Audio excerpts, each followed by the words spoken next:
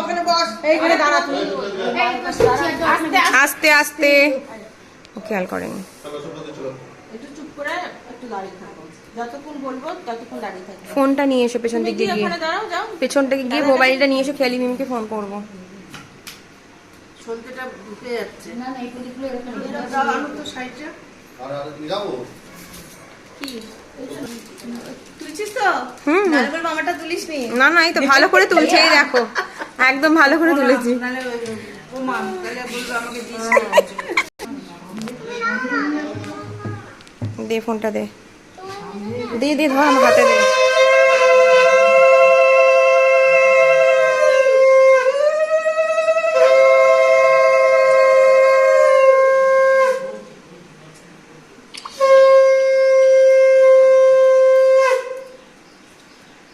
তুই খেয়ালিকে আগে থেকে এতটা বলতে হতো না তো?